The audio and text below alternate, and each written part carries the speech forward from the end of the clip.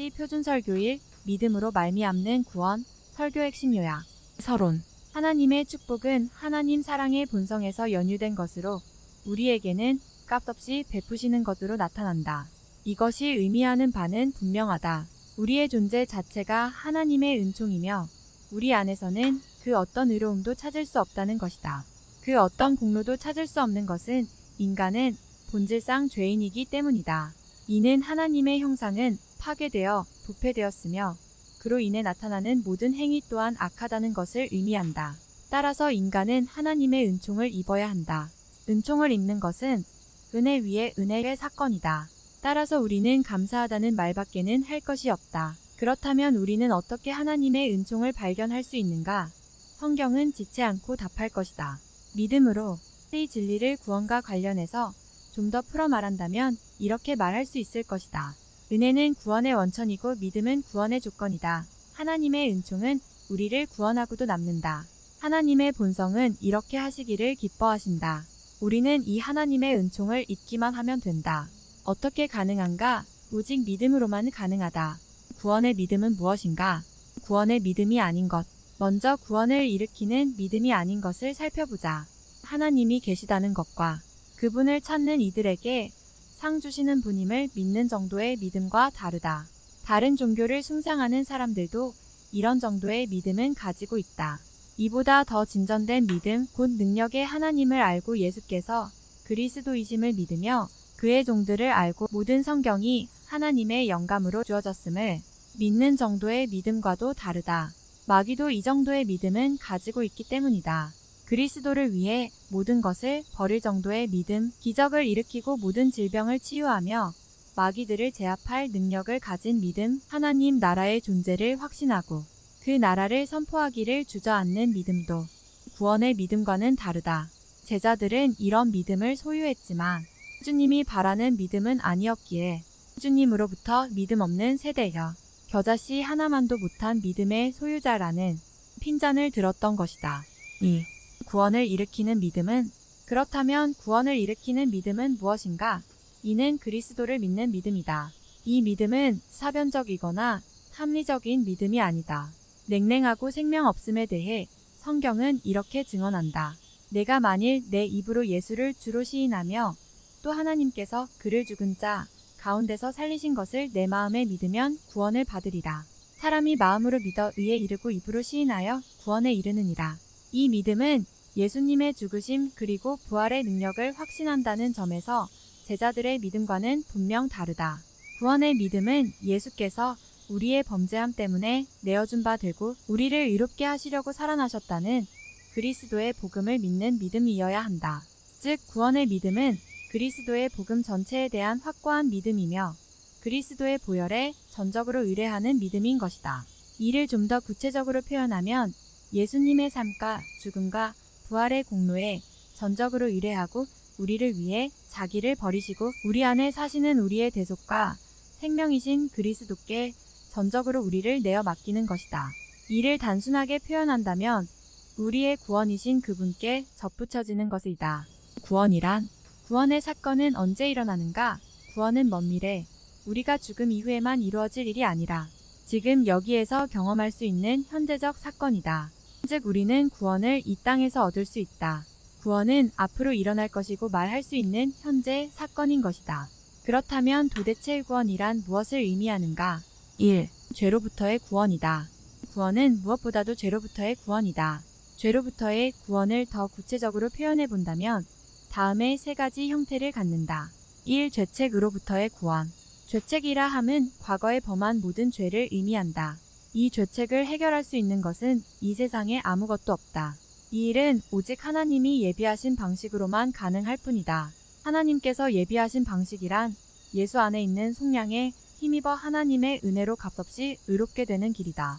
하나님은 예수를 화목제물로 세워 우리가 과거에 지었던 죄를 간과하심으로 자기의 의로우심을 나타내셨다.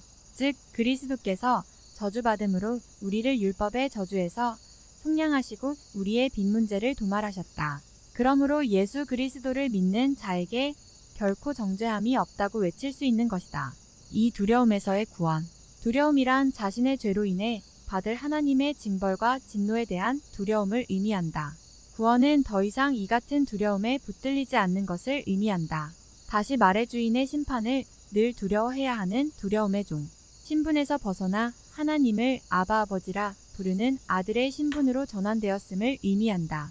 성령이 아들 되었음을 증거하기 때문에 우리는 하나님과 더불어 화평을 누리고 하나님의 영광을 바라고 즐거워하게 되는 것이다. 여기에는 더 이상 정죄의 두려움이 없다. 하나님의 사랑에서 끊어지지 않는다는 확신이 있기 때문이다. 3죄의 권세로부터의 구원. 죄로부터의 구원은 앞으로 있을 죄의 영향력에서의 구원이기도 하다. 이는 앞으로 더 이상 죄를 짓지 않는다는 것을 뜻한다. 성경은 하나님께 난 자마다 죄를 지을 수 없다고 증거한다. 이는 하나님에게서 난 자마다 하나님께서 친히 지키시기 때문이다. 먼저는 습관적인 죄의 영향력을 이긴다. 죄의 영향력은 습관을 통해 마음에 작용한다. 그러나 구원받은 이에게는 죄의 영향력이 더 이상 작용하지 않기 때문에 습관을 통해 죄가 지배하지 못한다. 또 고의적으로 범하는 죄를 짓지 않는다. 믿음 안에 거하는 자는 모든 죄에 의지적으로 또 의존적으로 반대하기에 고의적인 죄의 성립 자체가 불가능하다. 또한 죄의 욕구를 따르지 않는다. 하나님의 거룩하심과 온전하심을 바라며 죄의 욕구를 억제하기 때문이다. 구원을 입은 자는 이처럼 죄의 영향력에서 자유롭기 때문에 자신의 연약성을 핑계할 수 없다.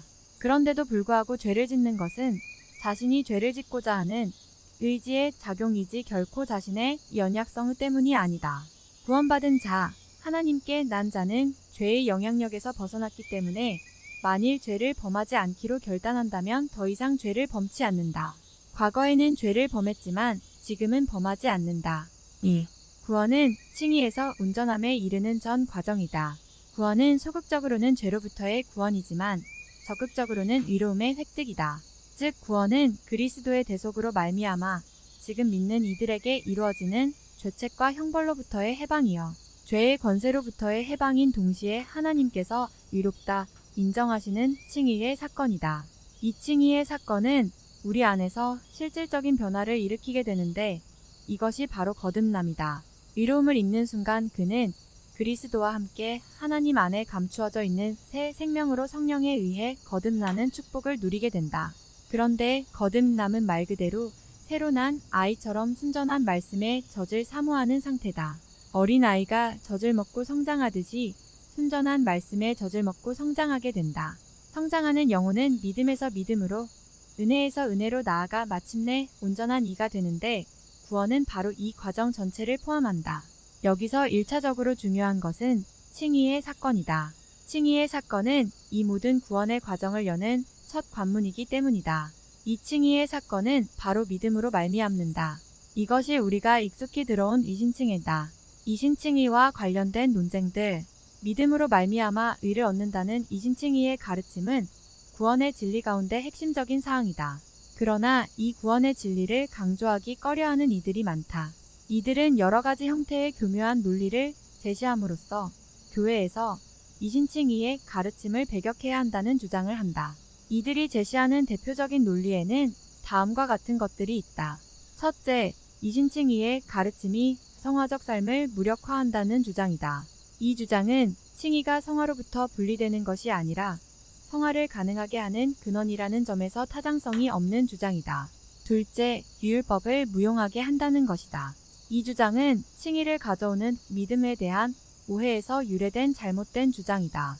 믿음은 율법을 폐지하는 것이 아니라 오히려 율법을 굳게 하기 때문이다.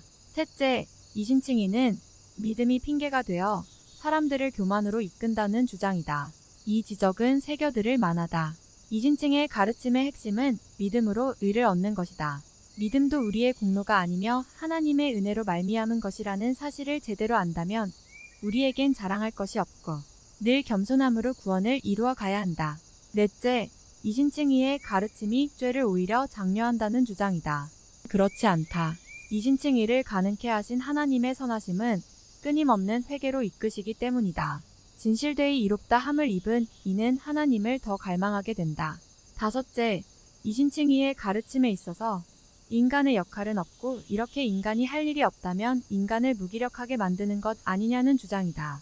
이 주장은 인간의 할 일에 대한 오해에서 비롯된다.